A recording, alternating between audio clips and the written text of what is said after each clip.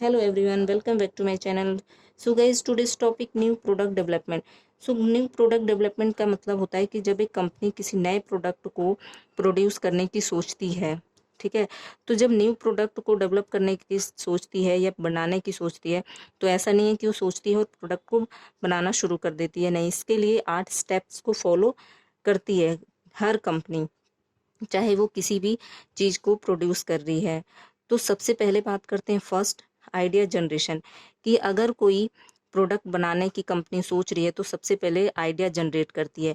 अब वो idea generate कहाँ से हो सकते हैं? इंटरनल सोर्स से भी हो सकते हैं और एक्सटर्नल सोर्स से भी हो सकते हैं.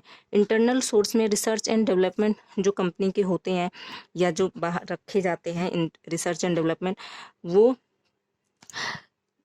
कंपनी के लिए एक नया आइडिया जनरेट करते हैं.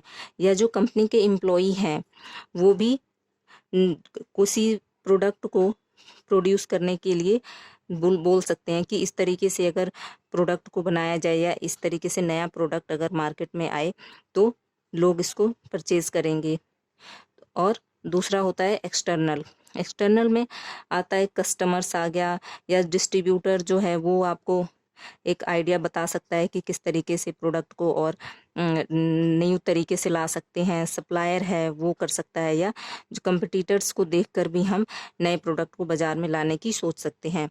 अब यहाँ पे आप लोग सोच रहे होंगे internal research and development employee आ गए. तो गाइज ऐसा नहीं है कि जब एक कंपनी है वो सिर्फ नए प्रोडक्ट को ही बाजार में लेकर आती है, वो नए तरह से इस्टेब्लिश होती है. नहीं, जैसे एक पुरानी जो कंपनी है वो किसी चीज़ को प्रोडक्ट प्रोड्यूस कर रही है और साथ ही साथ वो किसी नए प्रोडक्ट को भी बनाना शुरू करती है, तो इसलिए यहाँ पे हम बोल सकते हैं कि उस कंपनी में इंटरनल सोर्स तो होंगे ही ना. जब कंपनी पहले से प्रोडक्ट को, कई जो प्रोडक्ट हैं वो प्रोड्यूस कर रही है, तो ठीक है. उसके बाद आता है आइडिया स्क्रीनिंग. अब आइडिया स्क्रीनिंग में क्या आता है कि जो भी ऊपर आइडियाज जिन से मिला है ना, तो उस आइडिया के बारे में बहुत सोचा समझा जाता है, मतलब एनालाइज किया जाता है. और उसके बाद जो आइडिया अच्छा लगता है, जो कंपनी के लिए अच्छा या फ़ायदेमंद या प्रॉफिटेबल होता है, उसको आगे लेकर जाते हैं, नहीं तो वहीं पे ड्रॉप आउट कर देते हैं. ठीक है. तो आइडिया स्क्रीनिंग में क्या होता है कि आइडिया को एनालाइज किया जाता है, और एनालाइज के बाद जो डिसीजन आता है कि जो गुड आइडियाज़ हैं उसको एक्सेप्ट किया जाता है, और जो बैड आइडियाज़ हैं उसको रिजेक्ट कर दिया जाता है. ठीक है गाइस. उसके बाद आता है third, concept development and testing. अब कॉन्सेप्ट डेवलपमेंट एंड टेस्टिंग में क्या होता है कि आइडिया स्क्रीनिंग तो हो गई, यानी कि आइडिया को एनालाइज कर दिया गया. अब उसको कॉन्सेप्ट यानी छोटे से फॉर्म में, मतलब छोटे स्तर पे प्रोड्यूस किया जाता है प्रोडक्ट को, और फिर टेस्ट किया जाता है. और इसका मतलब ये है कि कस्टमर को जब कोई कंपनी है वो प्रोडक्ट बनाने की सोचती है, तो वो कस्टमर से बोलती है कि हम इस तरीके का प्रोडक्ट बाजार में लाना चाहते हैं, क्या आप उसको ट्राई करेंगे. अगर जो ग्राहक है या जो कस्टमर है या मार्केट में जो भी कस्टमर्स हैं, या मार्केट मतलब उसको एक्सेप्ट करती है, तो आगे उसको प्रोड्यूस करने की सोचते हैं, नहीं तो उसको ड्रॉप कर देते हैं. तो इसमें क्या आता है कि can we find a good concept consumer से दे वुड ट्राई. यानी कि हम इसमें ये कहते हैं कि जो कॉन्सेप्ट लाया गया है, क्या कंज्यूमर से पूछते हैं कि क्या तुम उसको ट्राई करना चाहोगे. अगर वो कहता है if yes, move to the next step of the new product development process, otherwise उसको ड्रॉप कर देते हैं. अब हमने थर्ड तक बात कर लिया कि कॉन्सेप्ट डेवलपमेंट और टेस्टिंग का, कि अगर वो जो कंज्यूमर है वो टेस्ट करेंगे या नहीं. तो अगला स्टेप आता है उसके बाद market strategy development. Market strategy development का मतलब होता है कि जब अब पता है कि हाँ, अगर कस्टमर ने बोला कि भाई हम ट्राई करेंगे उस चीज़ को, ठीक है, उसके बाद क्या करते हैं कि अंडरस्टैंड करते हैं कि किस तरीके के जो कस्टमर है वो उस प्रोडक्ट को यूज़ कर रहे हैं या करना चाहते हैं. ठीक है, इसको समझेंगे. उसके बाद एनालाइज करेंगे कंपटीटर्स की, इस तरीके का सामान क्या कंपटीटर पहले से बना रहा है या नहीं बना रहा। तो अगर बना रहा है तो हमें उसमें क्या और मॉडिफाई यानी क्या एक्स्ट्रा फीचर्स होने चाहिए उस प्रोडक्ट में, ये एनालाइज करता है। फिर मार्केट को देखता है, मार्केट को भी एनालाइज करता है कि किस मार्केट में प्रोडक्ट को लाना चाहिए। मार्केट मिक्सअप यानी जिसमें कि मार्केट मिक्स के अंदर 4P भी इसके अंदर देखा जाता है, प्रोडक्ट, प्लेस, प्रमोशन, ठीक है, ये सारी चीज़ें। उसके बाद फाइनेंशियल एनालाइज भी किया जाता है कि जिस प्रोडक्ट को हम बनाने की सोच रहे हैं उसके लिए हमारे पास एडिक्यूट मात्रा में फाइनेंस इकट्ठा होगा, और होगा तो कहाँ से होगा, ये सारी चीज़ें मार्केट स्ट्रेटेजी डेवलपमेंट में देखते हैं। उसके बाद आता है 5th business analysis. Business analysis में क्या होता है कि सिंपली इसमें क्या देखते हैं कि जो भी प्रोडक्ट न्यू आ रहा है मार्केट में या कंपनी लेकर आ रही है वो प्रॉफिटेबल होगा या नहीं, और होगा तो कितना होगा, इस बारे में बिजनेस यहाँ पे एनालाइज करती है कि कितना प्रॉफिट होगा, और मेनली मतलब प्रॉफिट होगा या नहीं होगा और कितना होगा, रिस्क कितना होगा प्रॉफिट के साथ। यानी प्रॉफिट अगर 10 लाख का हो रहा है तो उसमें रिस्क कितने का हो सकता है, ठीक है, ये सारी चीज़ें बिजनेस एनालिसिस में कंपनी देखती है।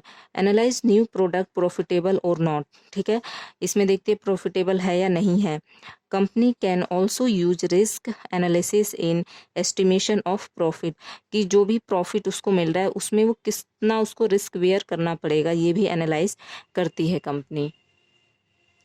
इसके बाद गाइज जो 7 है मार्केट टेस्टिंग। मार्केटिंग टेस्टिंग में क्या आता है कि इससे पहले क्या है हमारे पास ये प्रोडक्ट डेवलपमेंट, प्रोडक्ट डेवलपमेंट।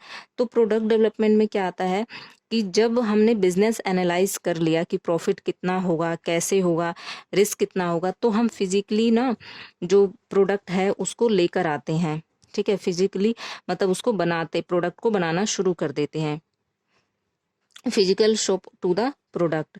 उसके बाद आता है 7 मार्केट टेस्टिंग। अब जब प्रोडक्ट को हमने बना लिया तो ऐसा नहीं है कि शुरू में ही बल्क मात्रा में बना के और रख दिए, नहीं, शुरू में थोड़े से प्रोडक्ट को प्रोड्यूस करते हैं, और उसके बाद जो भी टारगेट मार्केट है उसके अंदर उस प्रोडक्ट को डिस्ट्रीब्यूट कर देते हैं, और फिर एनालाइज करते हैं कि कस्टमर कितने सेटिस्फाई हैं और उसमें और क्या मॉडिफाई करने की ज़रूरत है या क्या कस्टमर और चाहते हैं, ठीक है। तो मार्केट टेस्टिंग में ये आता है। Company distribute of product small target market, ठीक। एनालाइज कस्टमर आर सेटिस्फाई और नॉट, ठीक है, कि एनालाइज करती है कि जो कस्टमर है वो कितने सेटिस्फाई हैं। Analyse customer want much better important of new product, ठीक है, कि कितने और इम्पोर्टेंट जो है उस प्रोडक्ट के अंदर कि क्या और चीज़ें इम्पोर्टेंट है जो कस्टमर चाहते हैं, वो भी एनालाइज करते हैं फिर मार्केट में। तो अब बात करते हैं 6th प्रोडक्ट डेवलपमेंट की। तो गाइज प्रोडक्ट डेवलपमेंट में क्या आता है कि फिजिकली ना प्रोडक्ट डेवलपमेंट में प्रोडक्ट को बनाना शुरू कर देते हैं, और जब प्रोडक्ट बनाते हैं तो ऐसा नहीं है कि बल्क मात्रा में प्रोडक्ट को एक ही बार प्रोड्यूस कर देते हैं। तो physical shop to the product, ठीक है। उसके बाद 7th आता है मार्केटिंग टेस्टिंग। तो गाइस मार्केटिंग टेस्टिंग में क्या होता है कि जो कंपनी है ना वो जो उसका टारगेट मार्केट है उसमें उस स्मॉल जो टारगेट मार्केट रखती है, एकदम से वास्ट शुरू में ही नहीं रखती है, ठीक है। तो उस स्मॉल टारगेट मार्केट में अपने जो प्रोडक्ट है उसको डिस्ट्रीब्यूट करती है, और फिर एनालाइज करती है, मतलब उनसे पूछती है कि कस्टमर कितने सेटिस्फाई हैं या नहीं, और कस्टमर और क्या चाहते हैं कि उस प्रोडक्ट में और क्या इम्प्रूवमेंट होनी चाहिए उनके according. Company distribute of product small target markets, फिर एनालाइज कस्टमर्स आर सेटिस्फाई और नॉट, फिर analyse customers want much better important of new product. Sixth आता है product development. So guys product development में क्या आता है कि प्रोडक्ट को फिजिकली ना बनाना शुरू कर देते हैं। प्रोडक्ट डेवलपमेंट में ये आता है कि प्रोडक्ट को प्रोड्यूस करना शुरू कर देते हैं। तो physically shop to the product, ठीक है। उसके बाद आता है 7 मार्केटिंग टेस्टिंग।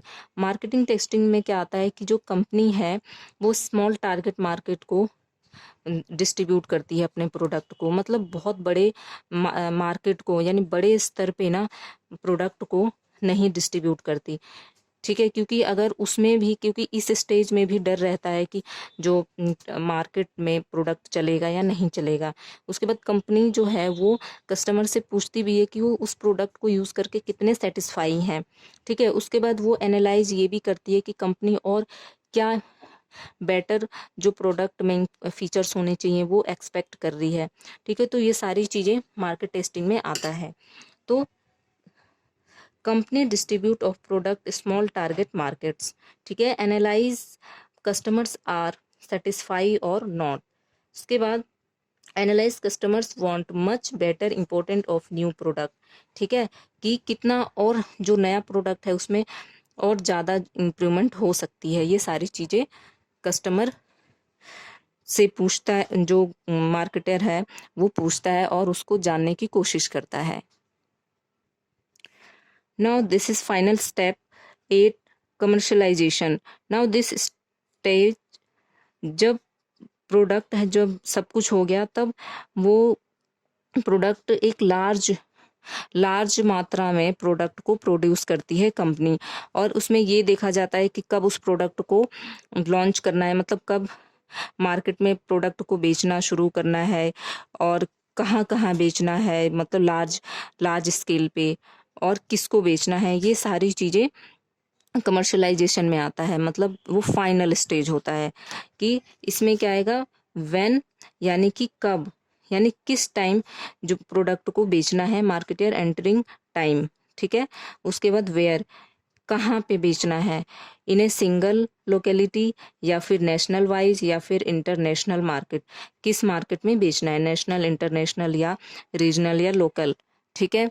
उसके बाद किसको बेचना है, to whom, target market prospect, जो टारगेट मार्केट प्रोस्पेक्ट है वो कौन है, ठीक है, यंग है या उस छोटे बच्चे हैं, मैन है, वुमेन है, क्या है, ठीक है। ये सारी चीज़ें इसमें देखा जाता है और उसके बाद लार्ज स्केल पे प्रोडक्ट को प्रोड्यूस किया जाता है। सो गाइज आई होप आप लोगों को समझ में आया होगा। So thank you so much.